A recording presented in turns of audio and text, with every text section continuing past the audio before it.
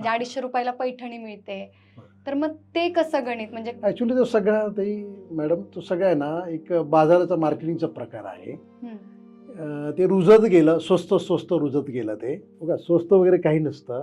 250ची विकली तरी त्याच्यावर एक व्यापारी जो असेल त्याचं एक विशिष्ट प्रकारचं मार्जिन असतं. फक्त आता ते तुमच्यावर आहे की तुम्हाला ते कसं डिसाईड करायचं किंवा कसं ठरवायचं आहे असं आहे. कारण शेवटी विचार केला तर 250 रुपयाची जर प्रॉडक्ट 250 रुपयाचं जर कापड बनतंय तर ते त्या कॅटेगरीतलं असणार.